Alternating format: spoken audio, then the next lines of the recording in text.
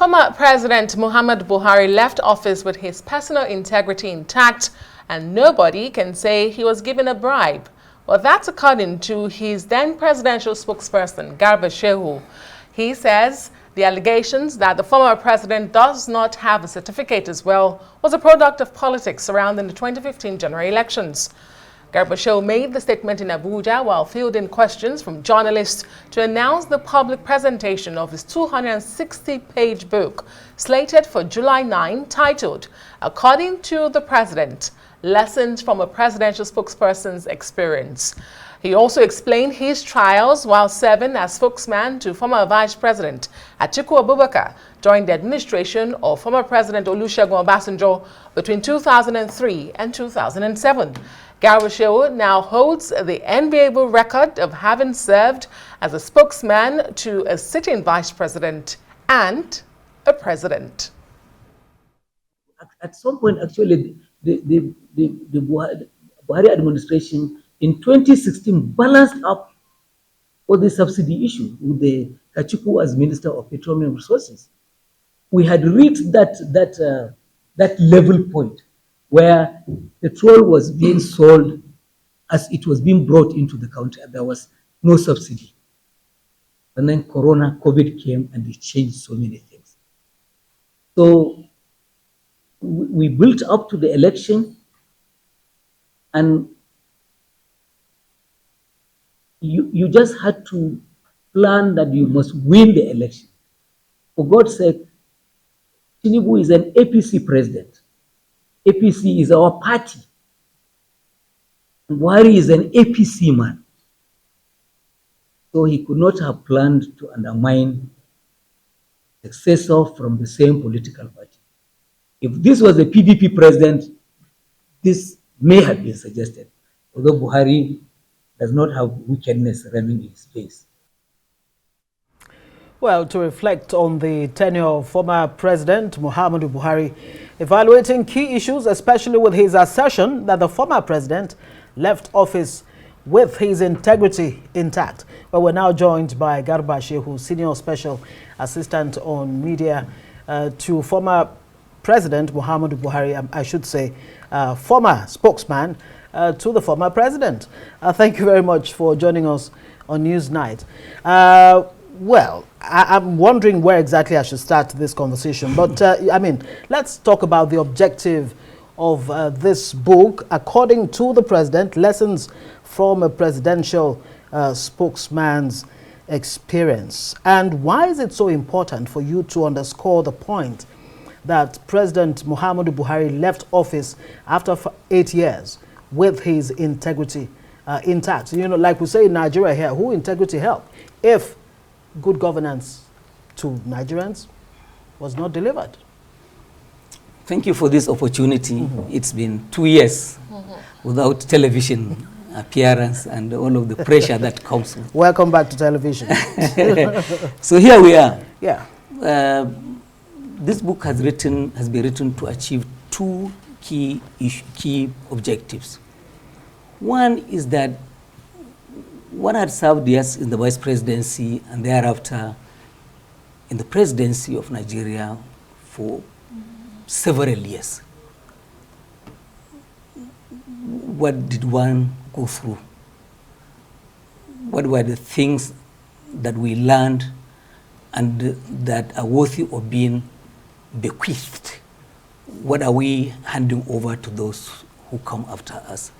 Essentially, this book is a learning document for students of journalism, public relations, and researchers who stand to gain from those things that we went through.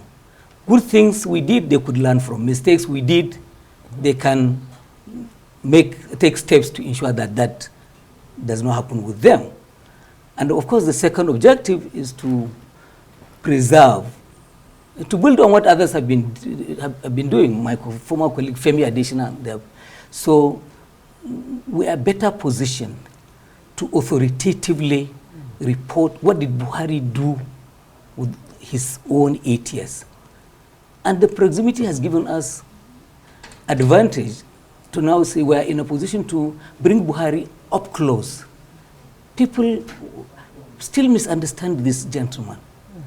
And so what is he like? What are his principles? What are the values that govern his own thinking? How did he govern the country? What did he eat? What kind of clothes? So these are the kind of things that we thought people will know. And in addition to that, then report authoritatively on policies and programs of his administration for 8 years. Then the last end of the question, you were saying, then he left with his integrity intact. Why is that so important in the scheme of things? It was because Buhari was their number one asset that Buhari brought to his office, was his personal integrity. This country had been governed by, I don't want to call them names, but it's clear that in 2014 to 2015, when we campaigned and won the election, Nigerians wanted a leader they could trust.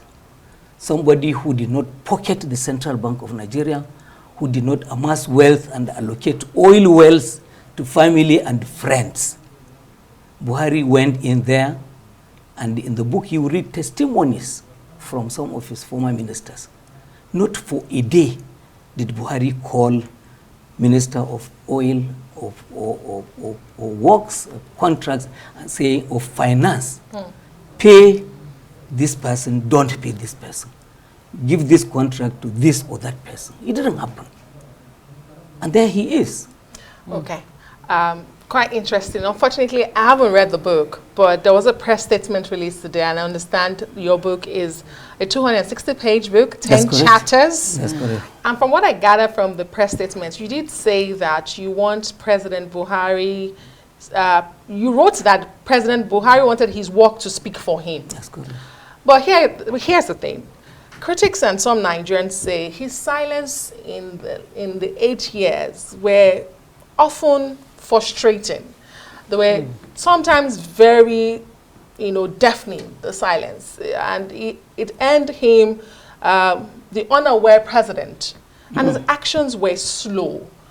Also earned him a go-slow president. Was this a strategy as a spokesperson, now that you're out of office and you're writing a book and you can speak about it, and you're trying to change the perception and the image of President Buhari that Nigerians don't understand? Can you now tell Nigerians and explain to Nigerians why it seemed as though the president was not listening to them, he was not aware, and he was very slow in his actions? Because even the present administration complains of what was done in the past. Inflation didn't start today. Insecurity didn't start today. The high cost of borrowing, the ways and means under the Buhari administration, the list is endless. So you cannot say he went with his integrity and came out with his integrity, but we had all of these problems as Nigeria and as Nigerians that we went through. Okay. So I don't know where to start from, because the question is so open-ended. And but let me see if I can make an attempt. Yes, please. President Buhari had a personal style of his own. See, Nigerians had punished us for not bringing President Buhari to media chat, for instance. Media chat was introduced by the Obasanjo administration. Indeed. They thought over it, and I'm sure they convinced themselves that it suited his theatrical way of doing things, the dramatic way he liked to do things. See, when Eradua took over from President Obasanjo, media chat didn't fly with him. In fact, the day he appeared on media chat, that was the day Nigerians made up their minds that this is not the president that we wish to continue to have in office. It derobed him. And President Jonathan didn't have much of that. He did, yes, a few.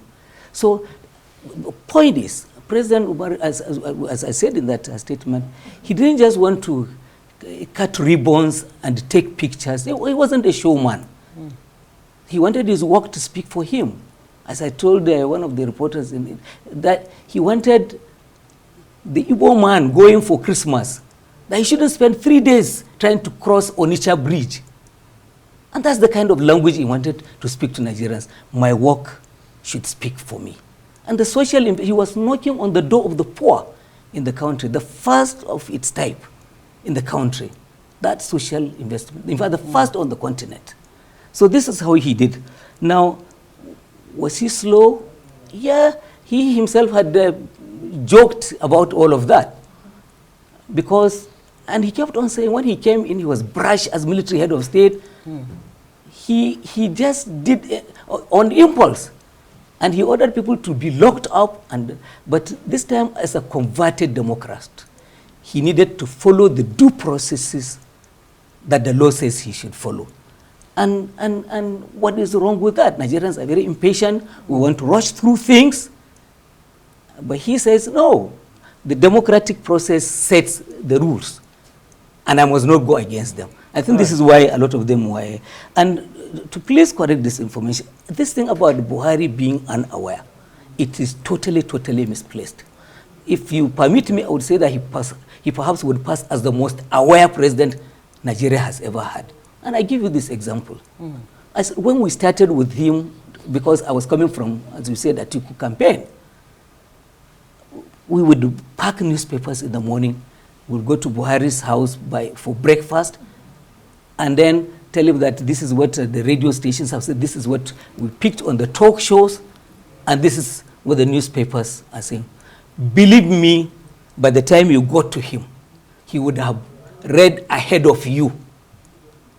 And I used to say this, and people thought I wasn't serious.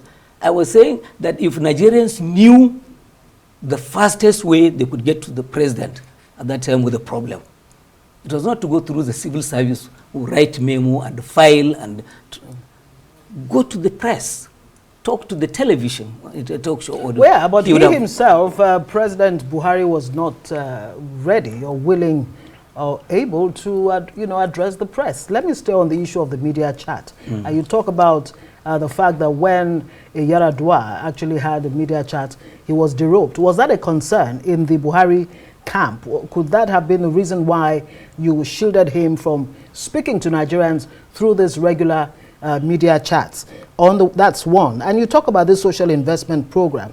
President Buhari's plan was to pull how many Nigerians out of poverty? About 100 million out of poverty. But by the time he was done, about 133 million Nigerians were in multi-dimensional poverty. You talk about the sincerity. Let me even quote here your point that you made, that his government made sincere efforts to improve the quality of life of the poor, the farmers, youths and women, as well as small businesses and traders.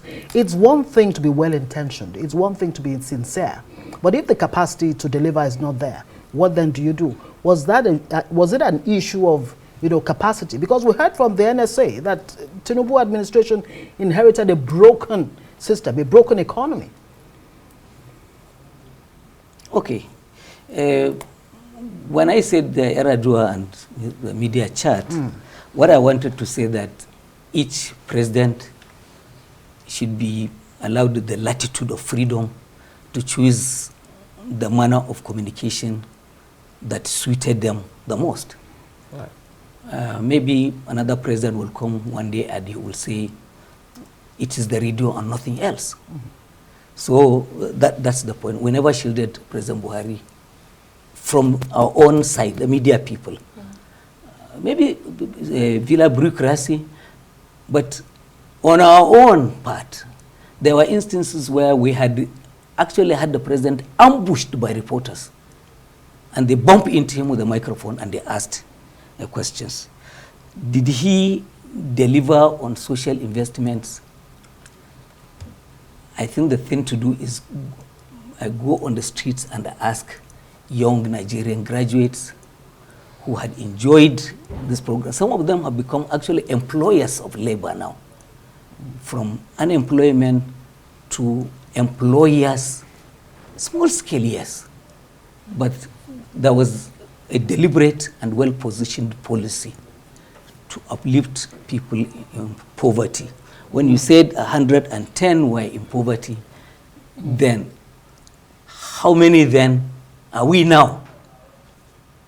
And Okay, we're being rounded up, but very quickly, before we let you go in 30 seconds. Majority of President Buhari's appointees, like former Attorney General of the Federation, Malami, and so many, I cannot begin to list them, they've joined this coalition to unseat Tinubu in 2027. Is it an indication of where Buhari's sentiments lie now? Is he of the opinion that Tinubu should be unseated come 2027?